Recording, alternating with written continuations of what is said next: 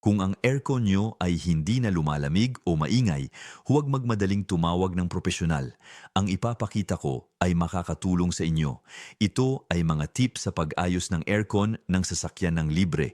Walang espesyal na gamit, hindi kailangang maging mekaniko at sa loob lang ng kalahating oras. Manatili hanggang dulo dahil ipapaliwanag ko ang bawat hakbang kung bakit ito gumagana, ang nangyayari sa loob ng sistema at kung paano tiyaking naresolba ang problema. Tanggalin muna ang koneksyon ng baterya ng 10 minuto. Simpleng tip ito na madalas makalimutan. Sa pagtanggal nito, maaaring gumana ulit ang aircon na parang bago. Bakit ito gumagana? Simple lang. Ang isang sasakyan ay may mga elektronikong module na kumokontrol sa lahat kabilang na ang aircon. Minsan, ito ay naghahang, nagre-record ng mga error o naaabala. Sa pagputol ng kuryente mula sa baterya ng mga 10 minuto, pinipilit mong mag-restart ang mga module na ito. Ito ay maihahambing sa pag-restart ng computer kapag ito ay naghahang. Narito ang mga hakbang na dapat sundin. Patayin ng buo ang sasakyan. Tanggalin muna ang negatibong terminal. Maghintay ng 10 minuto nang hindi nagmamadali. Tiyaking hindi marumi o kalawangin ang mga terminal at linisin kung kinakailangan. Pagkatapos ay ikabit muna ang positibong terminal at saka ang negatibo. Ang paraang ito ay maaaring magtanggal ng maliliit na error, maibalik sa normal na operasyon ang module ng aircon at muling magpalamig ng hangin. Isang simpleng tip na libre at kadalasan ay sapat na. I-activate ang aircon habang patay ang makina. Narito ngayon ang isang paraan na parang galing sa manual para sa mga bihasang teknisyan, ngunit may matibay na lohika. I-activate ang aircon habang patay ang makina. Oo, tama ang intindi ninyo.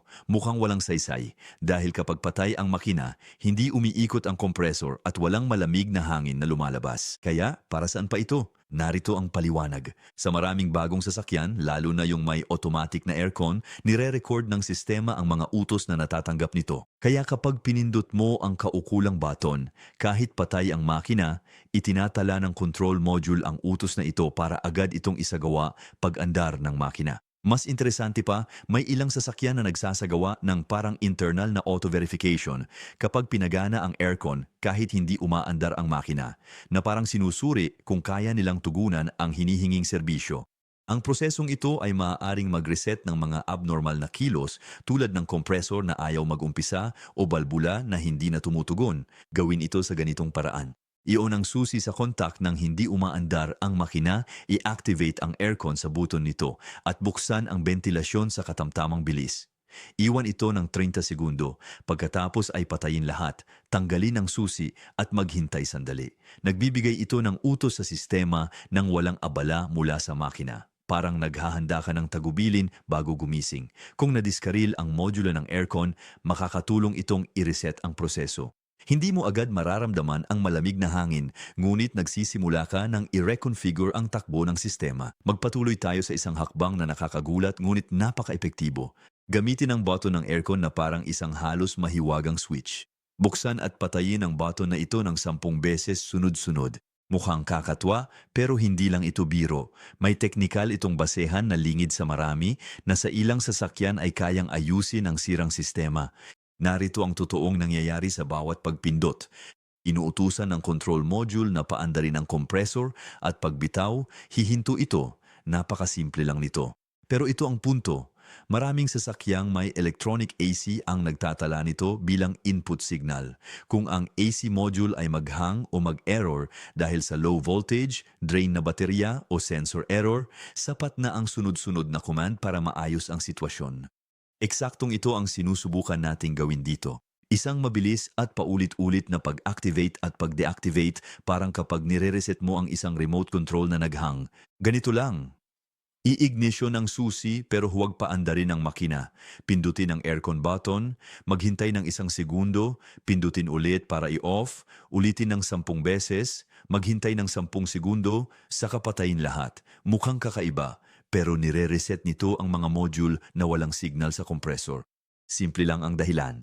Ilang module ay nakatakdang mag-detect ng aktibidad ng user bago lumabas sa restricted security mode. Ang pagpindot sa button ay ganitong aktibidad. Bukod pa rito, sa paggawa ng operasyong ito habang patay ang makina, naiiwasan ang mga interference mula sa ibang sensor tulad ng sensor ng temperatura ng makina o ng pressure ng circuit, kaya mas malinaw ang signal na nakukuha. Anong dapat obserbahan? Kapag pinaandar mo ulit ang makina at inactivate ng normal ang aircon, dapat tumugon ang compressor. May maririnig kang bahagyang click, lalakas ang ihip ng ventilasyon at magsisimulang lumamig ang hangin. Kung ganoon, binabati kita na reset na ang sistema. Hindi ito mahika, ito ay simpleng automotive electronics na gumagana. Humanda sa susunod na hakbang gamit ang function na bihirang magamit ng wasto pero kayang magpalaya ng mga baradong mekanismo. Gamitin natin bilang halimbawa ang recirculation mode. I-activate ito ng ilang beses sunod-sunod. Napansin mo na ba ang button na may simbolo ng arrow na paikot sa loob ng isang estilong cabin? Ito ang recirculation mode. Hindi mo aakalain ang laki ng epekto ng maliit na button na ito sa iyong AC. Higit pa ito sa pagkontrol ng hangin. Kapag naka-on, sinasara nito ang flap para harangan ang hangin mula sa labas ng sasakyan. Ire-recycle lang ng sistema ang hangin na nasa loob na. Para saan ito? Para mapabilis ang pagpapalamig at maiwasan ang pagpasok ng usok, alikabok o masasamang amoy mula sa labas. Pero higit sa lahat, pinapagana ng function na ito ang isa sa mga pinakanalilimutang bahagi ng sistema, ang air mix actuator. Ito ay isang maliit na electric motor na responsable sa pagbukas o pagsara ng mga internal na trapdoor depende sa napiling mode. Gaya ng ibang maliliit na motor, maaari itong kalawangin o ma-stuck sa katagalan. Kapag nangyari ito, nagkakaproblema ang aircon. Hihina ang buga, hindi nalalamig o tuluyang hihinto ito. Paano ito aayusin nang hindi binabaklas ang kalahati ng sasakyan? Sa pamamagitan ng maingat na paggamit ng recirculation mode bilang isang paraan ng pag-reset. Ganito ang gagawin. Iyon ang susi ng patay ang makina. I-recirculate, maghintay ng 3 segundo, i-off, maghintay ulit, at ulitin ito ng 10-15 beses. Pinipilit nito ang actuator na gumalaw ng todo na hindi nangyayari sa normal na gamit kaya mapapalaya o mapapaluwag nito ang mekanismo. Kapag madumi ang mekanismo, maluwag ang gear o nawala sa posisyon ang module, nakakatulong ang paulit-ulit na galaw na ito sa pag-calibrate. Sa maraming mga bagong sasakyan, natutukoy ng module ang mga matitinding galaw na ito at automatikong inaayos ang reference na posisyon nito kaya nalulutas ang mga problemang mukhang mas malala kaysa sa tunay na kalagayan. Isa pang mahalagang detalye, kung makaririnig kayo ng sunod-sunod na mga click habang ginagawa ito, posible na ang gear ng actuator ay sira o maluwag. Sa kabilang banda, kung walang kakaibang ingay na maririnig at mapapansin mo ang tunay na pagbabago sa paggalaw ng hangin pagkatapos, senyalis ito na gumana ang solusyon sa aking palagay. Isa ito sa mga pinakamaliit na pamamaraan sa larangan ng sasakyan. Kung interesado ka na sa lahat ng ito, ang susunod na hakbang ay tiyak na mas magugulat ka pa. Gagamit tayo ng isang function na tila para lang sa pagtanggal ng hamog sa mga bintana, ngunit sa totoo lang, isa ito sa mga pinakamahusay na nakatagong diagnostic tool ng sistema. Subukan ang defrost mode. Ang button na ito na may larawan ng windshield na may mga arrow ay parang pampaganda lang, hindi ba? Sa totoo, isa itong diagnostic tool para sa air conditioning circuit. Gagamitin natin ito para matukoy ang sanhi ng sira. Ang mode na ito ay sabay na nagpapagana ng dalawang aksyon. Una, itinututok nito ang daloy ng hangin papunta sa windshield.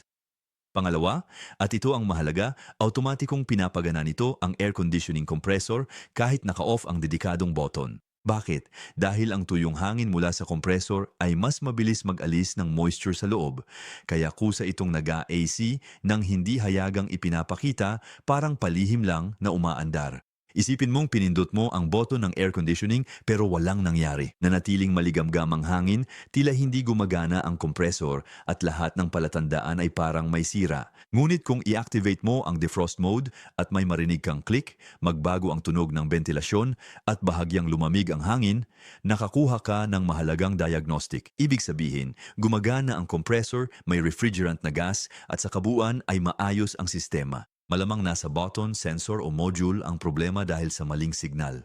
Maiiwasan mo ang dagdag na gastos sa diagnostic. Narito kung paano gawin ito hakbang-hakbang.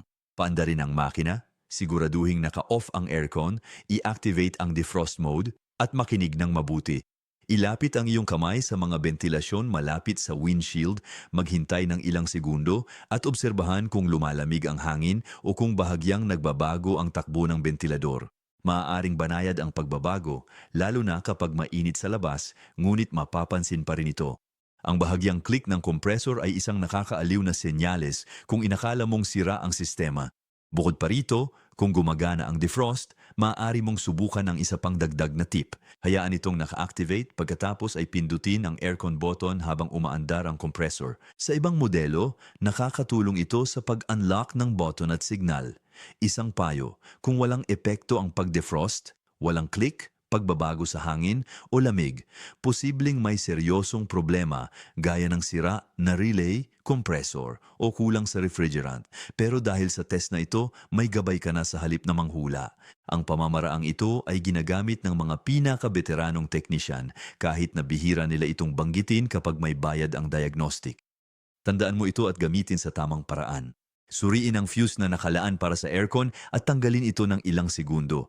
Walang mas nakakainis kaysa makita ang aircon na pumalya dahil lang sa isang simpleng fuse na maluwag, marumi o bahagyang sunog. At gayon paman, mas madalas itong mangyari kaysa sa inaakala natin. Narito kung paano ito suriin at higit sa lahat kung paano ito gamitin para i-reset ang sistema. Una, ano nga ba ang fuse? Isa itong maliit na bahagi na nagpoprotekta sa electrical circuit sa pamamagitan ng pagputol ng kuryente kapag may overvoltage o short circuit. Kung wala ito, maaaring masira ng overvoltage ang buong sistema ng aircon.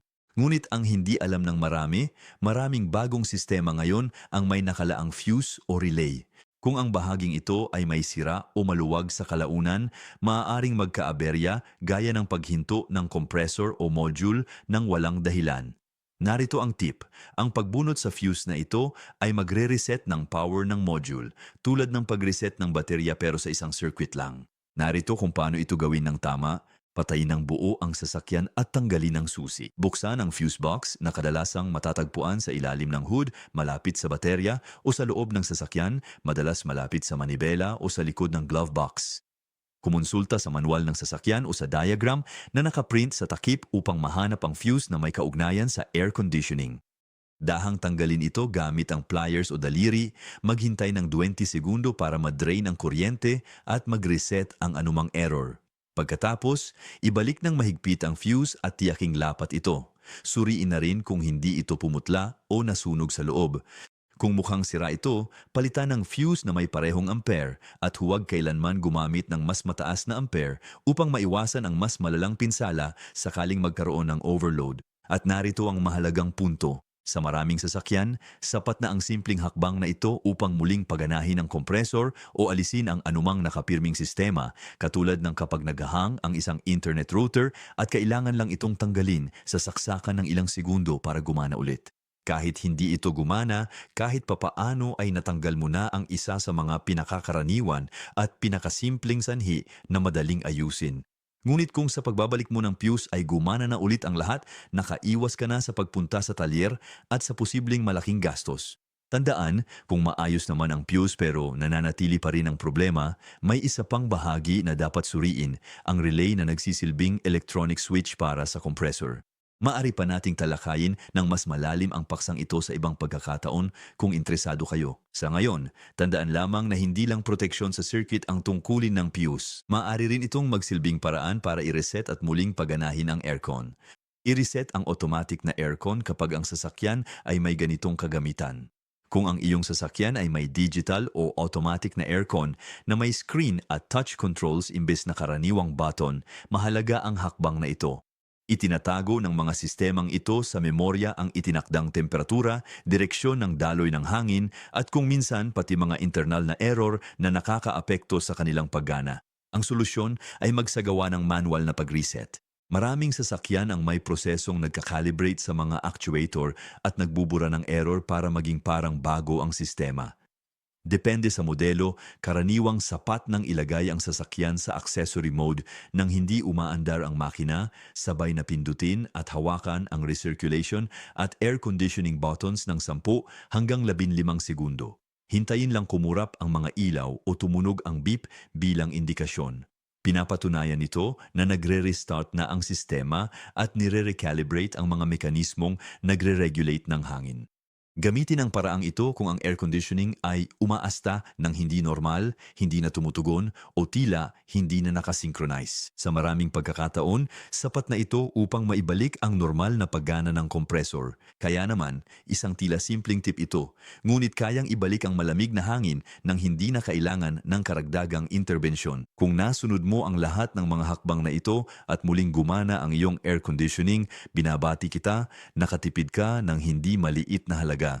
Kung ayaw pa rin, alam mo na kung saan magsisimula bago magpa-repair.